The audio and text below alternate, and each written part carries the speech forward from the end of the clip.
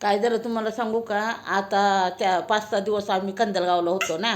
मग कैवल्य पण कंदलगावला होता. मग आता काय झालंय, आता त्यांच्या फ्लॅटवर आलो आहे आम्ही.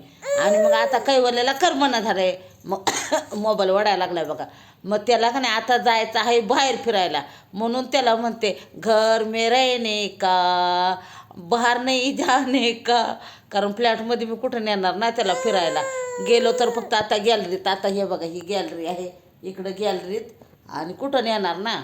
तर त्याला असं वाटतंय की मी त्याला बाहेर घेऊन जावं फिरायला, मंडळात घेऊन जावं. दारामध्ये नेलं की पोरं असायची ना. आता कोण नाही, आता लागलाय किरकिर किरकिर करायला, हातातला मोबाईल वडायला लागलाय.